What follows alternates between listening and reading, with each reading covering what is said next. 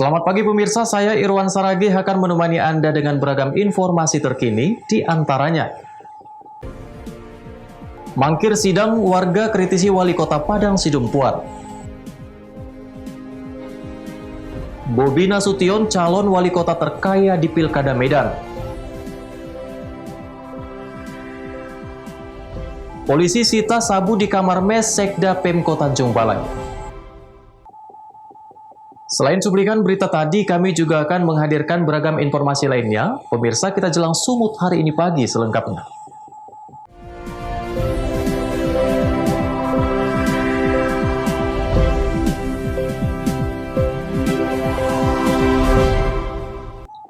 Kita ke informasi pertama, pemirsa. Wali Kota Padang Sidempuan terus dikritisi warga karena mangkir dari panggilan Pengadilan Negeri Padang Sidempuan untuk melakukan sidang mediasi atas gugatan warga. Sebelumnya, Wali Kota digugat karena merugikan warga dalam penanganan COVID-19 sebesar 21 miliar rupiah.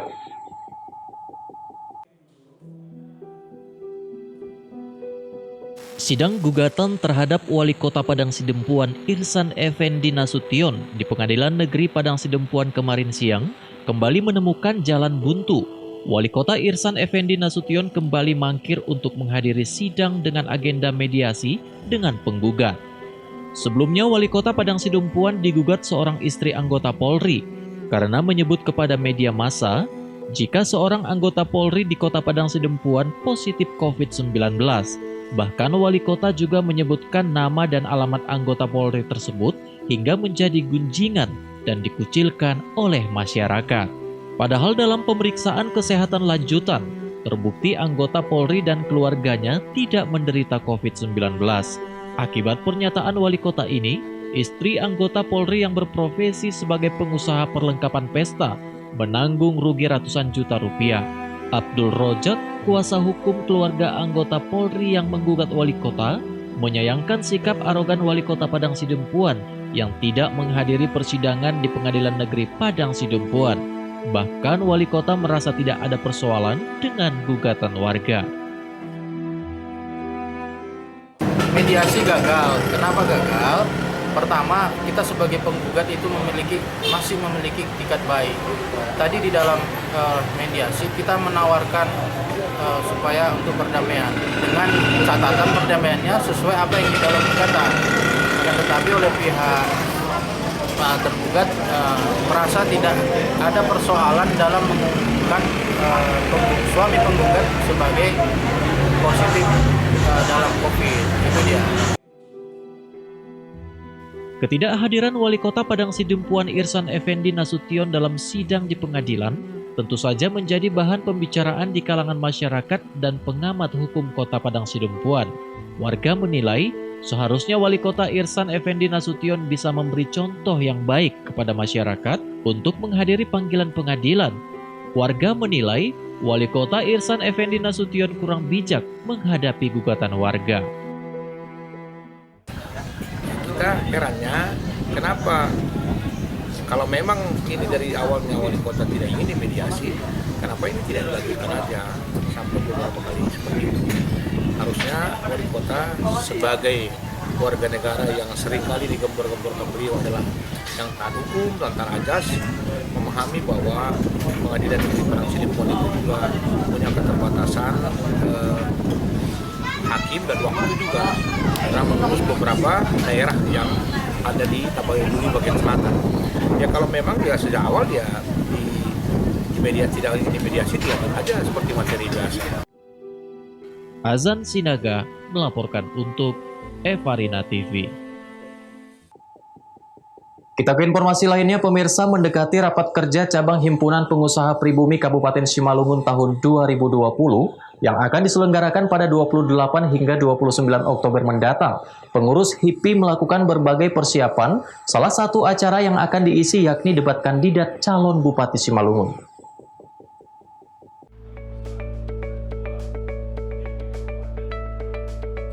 Untuk meningkatkan perekonomian masyarakat Kabupaten Simalungun, Himpunan Pengusaha Pribumi Kabupaten Simalungun akan melaksanakan rapat kerja cabang perdana yang akan diselenggarakan di Niagara Hotel Parapat pada 28 hingga 29 Oktober 2020 mendatang. Demi kelancaran kegiatan ini, beberapa persiapan telah dilakukan pengurus HIPI, termasuk menggelar rapat-rapat panitia Rakercap. Dalam rapat kerja yang dilaksanakan kemarin di kantor HIPI Simalungun, di Jalan Sutomo, Kota Pematang Siantar, Sumatera Utara, diambil beberapa kesimpulan, termasuk agenda isi Rakercap. Adapun tujuan digelarnya rapat kerja cabang ini, antara lain untuk mengetahui situasi perekonomian masyarakat Simalungun, mulai dari sektor pengusaha UMKM, petani, peternak, perkebunan, hingga tingkat usaha pengembangan pariwisata yang ada di Kabupaten Simalungun. Selain itu, Ketua Panitia Rakercap Rajak Siregar menyampaikan, titik fokus Rakercap ini untuk menyatukan program pemerintah dan pengusaha di Simalungun agar bersama-sama meningkatkan perekonomian mulai dari tingkat mikro, menengah, dan atas. Kemudian acara Rakercap perdana ini juga akan diisi debat kandidat 4 pasangan calon bupati dan wakil bupati Simalungun.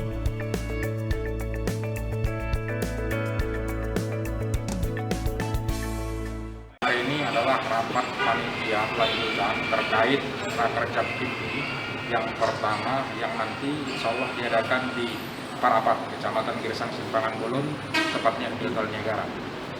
Kemudian dalam Rakercap nanti kegiatan apa saja yang bakal dilakukan, Bang? Ya, pertama kita substansinya Rakercap, yang nanti di Rakercap itu ada pleno 1, pleno 2, pleno 3. Nanti di pleno 3 kita akan buat rekomendasi untuk kita sampaikan kepada masing-masing pasangan calon, dan nanti di tanggal 29 kita akan melakukan kegiatan yang sangat prinsip, yaitu debat kandidat. Debat kandidat ini tujuan sendiri, Bang? Tujuannya adalah bagaimana kita nanti bisa bersinergi. Jadi siapapun nanti yang terpilih ke depan itu mampu bersinergi dengan HIPI Kabupaten Simalungun. Melalui debat kandidat pasangan calon bupati dan wakil bupati Simalungun nanti, diharapkan dapat memberikan edukasi visi dan misi yang sejalan dengan program HIPI demi peningkatan ekonomi masyarakat. Eko Hendriawan melaporkan untuk Evarina TV.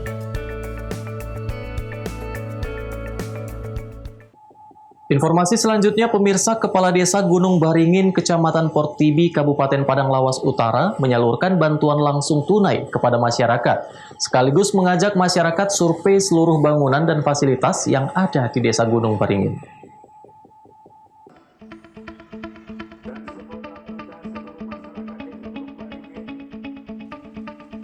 Penyaluran bantuan langsung tunai dilaksanakan di kantor Desa Gunung Baringin, Kecamatan Portibi, Kabupaten Padang Lawas Utara, oleh Kepala Desa beserta seluruh perangkat-perangkat desa kepada masyarakat yang terdampak COVID-19. Bantuan langsung tunai yang disalurkan kepada masyarakat sebanyak Rp300.000 per bulan setiap kepala keluarga. Selain itu, Kepala Desa Gunung Baringin mengajak masyarakat mensurvei seluruh pembangunan dana desa serta fasilitas yang ada di Desa Gunung Baringin, yang merupakan sebagian bangunan hasil dari kerjasama pemerintah desa bersama pemerintah daerah setempat dan pemerintah Provinsi Sumatera Utara.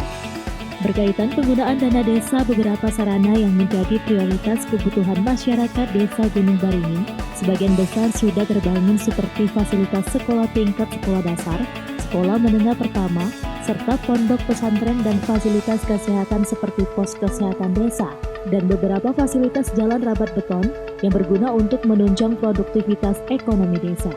Kepala Desa Gunung Baringin Lintang Kholidi Hasibuan mengungkapkan, penggunaan dana desa telah membangun beberapa sarana yang menjadi prioritas kebutuhan masyarakat, dan berharap nantinya Desa Gunung Baringin dapat menjadi desa yang mandiri dan maju.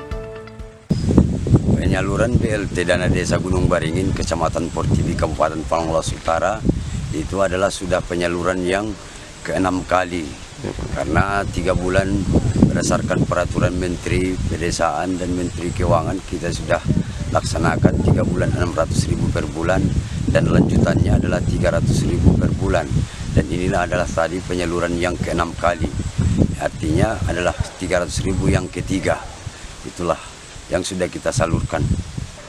Fasilitas yang pembangunan yang dicapai desa yaitu adalah bila dana desa tidak mampu untuk membangunnya, kita menggunakan metode yaitu dengan bersinergi dengan pemerintah daerah Kabupaten Padang Lawas Utara. Kerjasama, Pak, ya? Kerjasama. yaitu termasuk infrastruktur dan dana desa diperuntukkan dan di pembangunan, yaitu mulai dari pembangunan jalan rabat beton ganggang dan kemudian saluran irigasi dan jalan produksi, dan inilah wilayah desa kita ini yang akan kita wujudkan kelak perjuangannya menuju Desa Gunung Baringin, Kabupaten Pangandaran Utara, menuju desa wisata.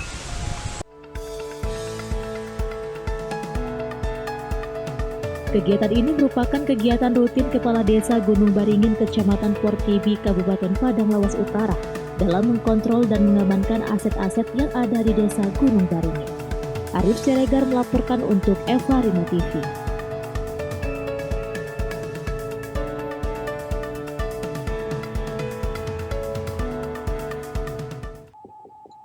Sumut hari ini masih akan kembali sesaat lagi, tetaplah bersama kami.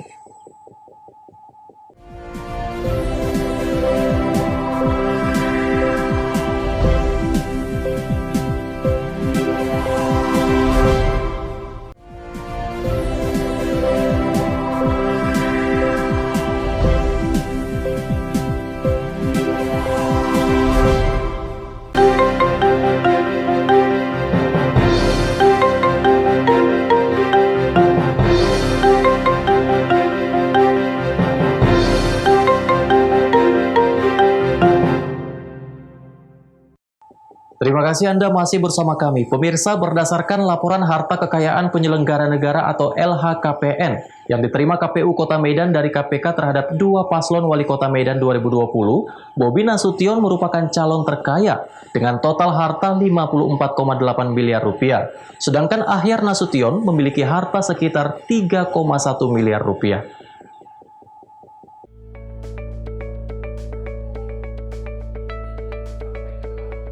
Laporan harta kekayaan yang diterima KPU Kota Medan terhadap masing-masing calon wali kota dan wakil wali kota Medan berdasarkan LHKPN yang disampaikan Lembaga Komisi Pemberantasan Korupsi atau KPK.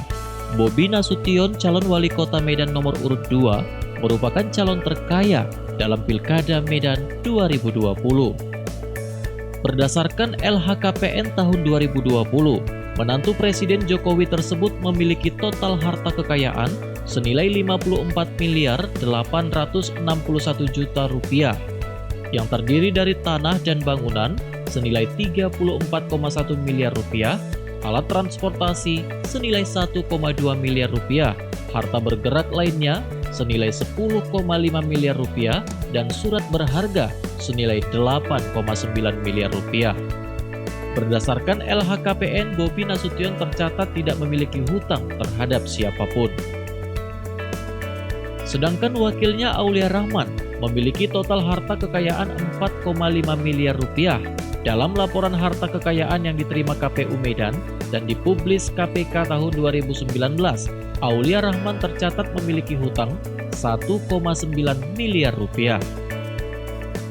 Sementara berdasarkan LHKPN KPK yang dipublis tahun 2019 untuk calon wali kota Medan nomor urut 1, Ahyar Nasution, memiliki total harta senilai 3,1 miliar rupiah yang terdiri dari tanah dan bangunan senilai 1,6 miliar rupiah, alat transportasi dan mesin senilai 78 juta rupiah, harta bergerak senilai 160 juta rupiah, kas dan setara kas senilai 1,2 miliar rupiah. Sama dengan Bobi Nasution, Ahyar juga tercatat tidak memiliki hutang. Sedangkan wakil Ahyar Nasution di Pilkada Medan yakni Salman Al-Farisi tercatat hanya memiliki harta senilai 2,2 miliar rupiah. Salman juga memiliki hutang yang tertera dalam LHKPN 2019 yakni berkisar 148 juta rupiah. Terima LHKPN yang telah disampaikan kepada KPK. Tanda terimanya sudah kita terima. Nah, berdasarkan surat edaran oleh KPK RI, Komisi Pemberantasan Korupsi Republik Indonesia, bahwa setelah mereka memverifikasi lalu kemudian menerbitkan tanda terima, maka akan mengumumkan kepada publik tentang harta kekayaan yang dimiliki oleh masing-masing pasangan calon kepala daerah seluruh Indonesia sebenarnya. Nah, untuk Kota Medan sendiri itu, untuk Pak Bobi Afif Nasution, berdasarkan pengumuman di modul announcement, ditemukan angka bahwa harta kekayaannya sekitar 54 miliar rupiah. Sedangkan wakilnya Pak Aulia Rahman itu sekitar 4,4 miliar. Nah, untuk pasangan calon berikutnya itu Pak Ahyar Nasution, total harta kekayaannya sebagaimana yang telah diumumkan oleh KPK RI itu sekitar 3,1 miliar, dan untuk Pak Salman itu sekitar 2,2 miliar. Itulah total harta kekayaan masing-masing pasangan calon wali kota dan wakil wali kota Medan yang telah diumumkan oleh KPK RI. Sebenarnya yang punya kewenangan untuk menerima laporan harta kekayaan calon penyelenggara negara ataupun penyelenggara itu sendiri adalah Komisi Pemberantasan Korupsi, dan mereka juga lah yang punya kewenangan untuk mengumumkan. Nah, jadi data ini kita peroleh hasil pengumuman. Laporan harta kekayaan para kandidat calon wali kota dan wakil wali kota Medan ini menurut KPU Medan diperoleh dari hasil pengumuman yang disampaikan KPK. Wahyu Pratama melaporkan untuk Evarina TV. Sementara itu pemirsa, masyarakat Kabupaten Humbang Hasundutan, Sumatera Utara yang tergabung dalam Forum Peduli Demokrasi mensosialisasikan kotak kosong kepada masyarakat. Komunitas ini diagendakan akan terus mengkampanyekan kotak kosong ke seluruh kecamatan.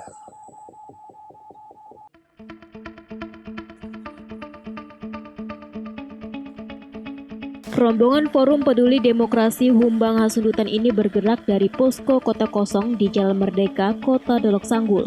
Sembari bergerak, beriringan mereka berorasi dan menyatakan sikap mendukung Kota Kosong pada Pilkada 9 Desember di Humbang Hasundutan.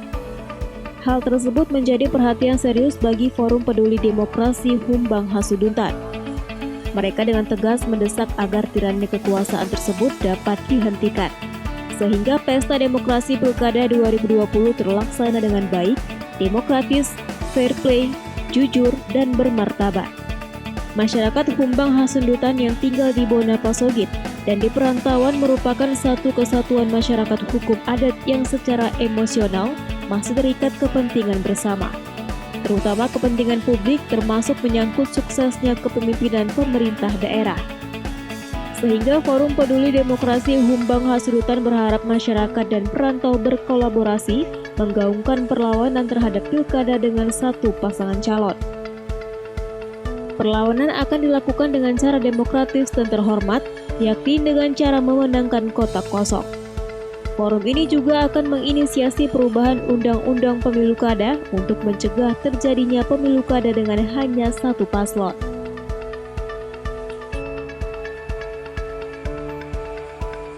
Dengan elit politik yang tidak mendengarkan suara rakyat, yang tidak menghendaki kedaulatan rakyat. Maka dengan ini, kita dan kami mengajak seluruh warga masyarakat Kabupaten Humbang Hasundutan untuk menolak kepemimpinan yang gagal, kepemimpinan yang tidak konsisten, memihak kepada rakyat. Sementara itu, pihak Bawaslu Humbang Hasundutan mengatakan, kegiatan yang dilakukan Forum Peduli Demokrasi Humbang Hasundutan itu tidaklah menyalahi aturan. Sejauh ini, tindakan yang dilakukan Bawaslu hanyalah berdasarkan PKPU. Kolom kosong bukan merupakan paslon sehingga tidak bisa disanksi meskipun melakukan sosialisasi dan menempelkan sejumlah spanduk. Pada dasarnya, Bawaslu tidak memiliki tindakan untuk itu karena itu bukan merupakan pasangan calon. Tapi pada kenyataannya kehadiran kolom kosong adalah merupakan pilihan warga masyarakat yang memiliki hak pilih sekaitan dengan di Humbang Hasundutan itu ada pasangan calon tunggal. Jadi diberikan hak kepada masyarakat apakah dia memilih pasangan calon ataupun kolom kosong. Jadi artinya tetap kita mengacu pada PKPU. Jadi kalau di aturan Bawaslu itu adalah dalam hal penindakan apabila regulasi terkait dengan pasangan calon itu tidak mematuhi apa regulasi yang ada di PKPU-nya. Jadi dalam hal ini Bawaslu hanya tetap melakukan himbauan kepada pasangan calon untuk tetap mematuhi PKPU terkait dengan kampanye. Rahmat Tinton Banjarnahor melaporkan untuk Evarina TV. Pemirsa, Bawaslu Kota Binjai, Sumatera Utara menyatakan seluruh pasangan calon wali kota Binjai telah melanggar aturan kampanye pilkada. Pelanggaran yang dilakukan oleh seluruh pasangan calon yakni tidak melaporkan daftar nama tim kampanye.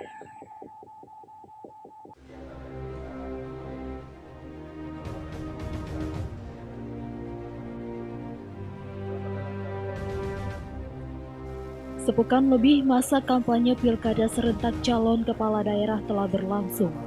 Sejumlah pasangan calon kepala daerah mulai melakukan beragam kegiatan untuk mengisi masa kampanye yang telah ditetapkan KPU.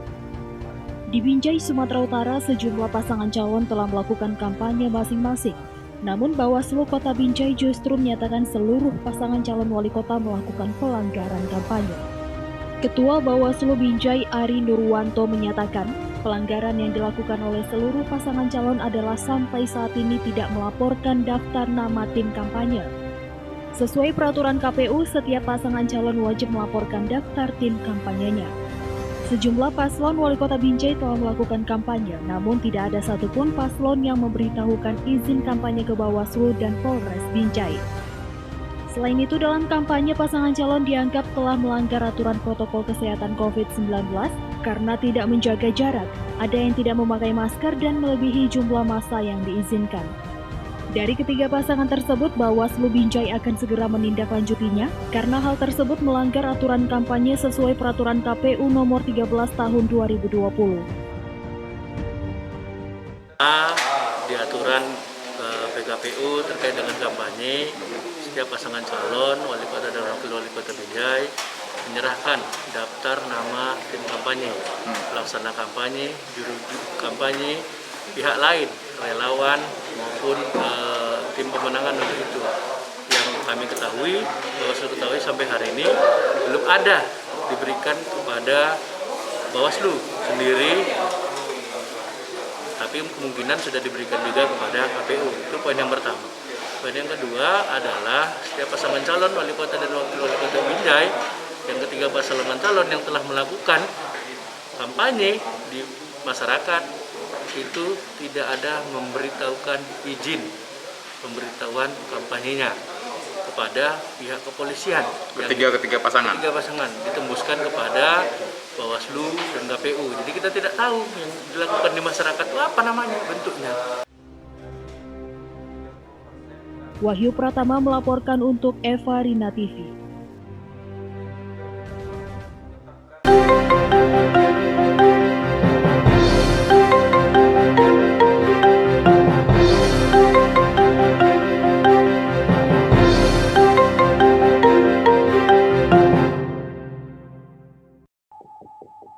Sumut hari ini masih akan kembali sesaat lagi, tetaplah bersama kami.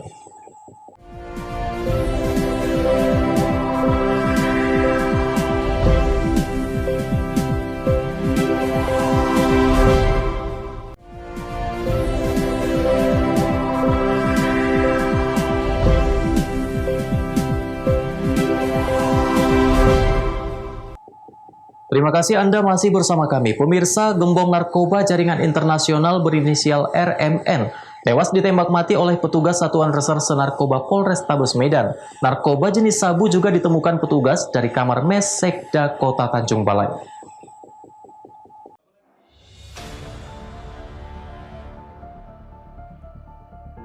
Gembong narkoba jaringan internasional Malaysia, Riau, Aceh, Medan ini diamankan dari beberapa lokasi berbeda. Sementara dari hasil pengembangan petugas, salah satu barang bukti ditemukan di dalam kamar mes Sekretaris Daerah Tanjung Balai di Jalan Karya Jaya, Kecamatan Medan, Johor. Petugas mengamankan narkoba jenis sabu sebesar 5 kg yang disimpan di dalam kaleng roti. Awalnya petugas mengamankan JSP, SP, dan CP di depan salah satu rumah di Jalan Sisingamangaraja, Kota Medan, dan mengamankan barang bukti sebesar 4 kg sabu. Selanjutnya petugas melakukan pengembangan dan berhasil menangkap IB yang merupakan warga Aceh Utara di salah satu Polbus Bintang Utara. Petugas kembali menyita barang bukti sabu sebesar 1 kg. Setelah itu petugas menangkap MK dan kembali mengamankan barang bukti sebesar 8 kg sabu. Kapolrestabes Medan Kombes Pol Riko Sunarko menyebut akan terus melakukan pengembangan terkait gembong narkoba jaringan internasional ini. Dirinya menyebut juga akan segera meminta keterangan Sekretaris Daerah Pemerintah Kota Tanjung Balai terkait kasus ini, serta dugaan keterlibatan oknum pejabat lainnya. Mulai dari hasil pemeriksaan, mereka menyampaikan bahwa masih ada sabu-sabu yang disimpan. Dari hasil pendalaman, kita dapatkan di Mes Pemko Labuan Batu, Tanjung Balai. Di Mes Pemko Tanjung Balai, di salah satu kamar, kita temukan ada 5 kg sabu-sabu. Di dalam kamar Mes Pemko Tanjung Balai. Di kamar yang tertulis di situ adalah kamarnya Sekda Pemko Tanjung Balai.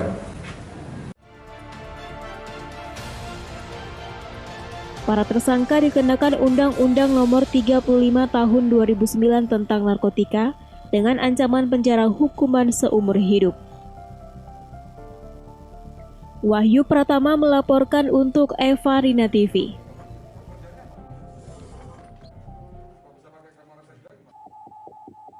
Kita beralih ke informasi lainnya, pemirsa. Pengesahan RUU Cipta Kerja menjadi undang-undang menimbulkan gejolak di kalangan pekerja.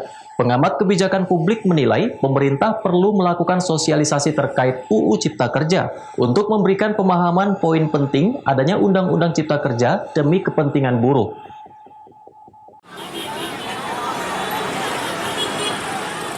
Ribuan buruh melakukan aksi unjuk rasa di ruas Jalan Muhammad Toha, Kota Tangerang, Selasa 6 Oktober. Hal ini sebagai reaksi penolakan setelah disahkannya Undang-Undang Cipta Kerja. Pengamat kebijakan publik sekaligus Rektor Universitas Raharja Tangerang, Abbas Sunarya mengatakan, pemerintah membuat undang-undang ini dengan tujuan yang baik. Namun pemerintah seharusnya memberikan sosialisasi kepada para pekerja agar mudah memahami poin per poin dari Undang-Undang Cipta Kerja. Sosialisasi perlu dilakukan untuk menghindari kesalahpahaman yang pada akhirnya menimbulkan ketidakjelasan informasi sehingga menjadi kontroversi. Tujuannya baik, hanya terkesan terlalu tergesa-gesa, ya, kurang sosialisasi, ya. Itu yang menyebabkan pemahaman itu menjadi kontroversi, ya.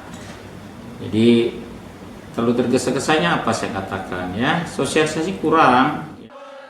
Total sebanyak 1.276 industri yang tersebar di 13 kecamatan di Kota Tangerang. Para buruh menolak hasil keputusan Dewan Perwakilan Rakyat bersama pemerintah yang sepakat mengesahkan rancangan Undang-Undang Cipta Kerja menjadi undang-undang melalui hasil rapat paripurna Senin kemarin. Dari Kota Tangerang, Banten, Agung Andika Indrawan, Kantor Berita Antara, mewartakan.